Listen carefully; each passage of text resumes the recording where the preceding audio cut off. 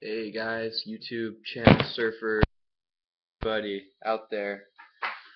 Um, I want to talk about today. Uh, actually, this is a fairly. I don't know if it's unknown. I don't know if anyone's ever really like. I'm sure people have like noticed this and probably thought of this before, but it's not really publicly. Uh, it's not really something that people are generally aware of. So I just wanted to talk about the effects of marijuana on empathy, your empathizing ability, which is basically the ability to feel what another person is feeling and connect to someone emotionally, um, and in turn care for that person. Uh, so yeah, marijuana. I'm not gonna. First of all, when you first start smoking, it doesn't actually have a permanent effect on really anything. But as you continue smoking, your brain will start to actually adjust to the marijuana, and what will happen is how it affects your brain in long-term users is it disrupts the brain waves, so like the signals that your brain is sending to the different areas of your brain. Normally, your brain sends like coordinated signals from the back of your brain to the front of your brain. The back of your brain is more involved in like primitive like functions like um, memory storage, and I believe because I know, but like emotions like primal emotions, fear, aggression, uh, basically the more primal parts of our brain are more in the back, and then the front of your brain called the frontal cortex is the part of the brain that like processes these emotions and these memories and can kind of reflect on those and know what to do with them and identify feelings and intellectualize. It's the more it's referred to as higher cognitive functions. So it's like the more human part of your brain. So it's basically the way I look at it is the back of the brain, and a lot of people. I mean, this is not new science, but the back of the brain is the kind of more animalistic brains. People refer to like the amygdala, which is like in the. I think it's actually in. It's kind of in the center, but it's towards the back of the brain.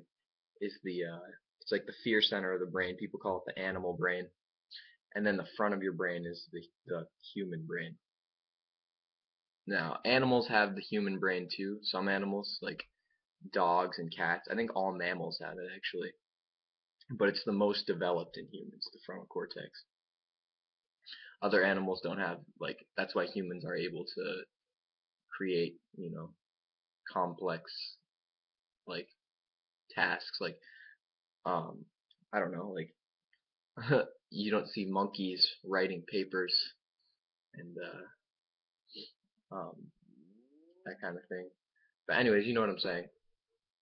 But to get to the point, marijuana, if you use it every day, your brain will adjust to the effects, and the part of your brain responsible for empathy and controlling aggressive impulses and that kind of thing will completely be cut off, and it will stop working in your brain. They don't know whether or not they can repair this. Uh, Apparently, current research does not know whether or not they can repair it. I hope they can. I mean, I believe they can because I want that to be the case because that would suck for a lot of people. But anyways, yeah, it can.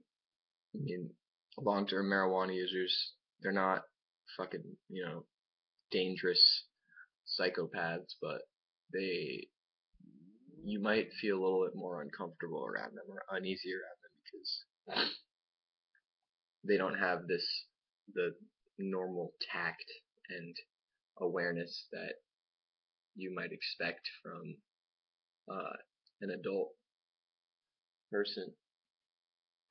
And so yeah, basically how this manifests in the personality when your brain adjusts to the marijuana is um, you will be less conscientious. You might care less about other people. Um, increase swearing. Uh, because again, you're not there's no filter in your brain. Increased aggression, um, and also I read this online actually. They said it causes a jocular attitude. I don't know what that means, but what I've noticed is long-term marijuana users kind of a competitive flair, like they're competing to be the top dog kind of thing, like in any situation, even where it's totally socially inappropriate. Like, for example, you could be at like a Christmas party and they might be like where everyone's expected. I mean, kind of the implication, like you kind of go in there feeling like, oh, okay, this is nice. People are, you know, like supposed to kind of feel friendly. Not supposed to, but normally people do feel like friendly and warm towards other people at those things, and this person might be completely unaware of that, or just kind of on another level. And also, um, it can actually manifest in what they call sham rage, like symptoms. Like you'll see a lot of animals have this, but like in long-term marijuana users, you might see they kind of snarl, like literally. I'm not making this up. Uh, my mom was a long-term marijuana user, and in some of her like photos, you'll see like where she's supposed to be smiling. You're supposed to like be smiling in the photo. She's trying to smile, but it kind of looks like this.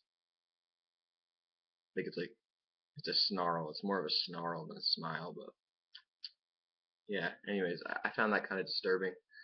Thought I'd share that with you guys. See what you think. Um, oh yeah, the condition that it's called, I believe it's called pseudo psychopathy. Um, so it's kind of like where the person possesses some features of a psychopath, but they're still not a full-blown psychopath because they're you know they're still relatively able to function at a normal level. Whereas, I mean, a psychopath could probably function, but they're not fucking normal. So, anyways, yeah. Um, tell me what you guys think. How do you guys feel about marijuana? What do you think about it? What were your preconceived notions about it? And tell me anything you've maybe been wanting to say that you have never been able to say. Alright, TB signing out, guys. See ya.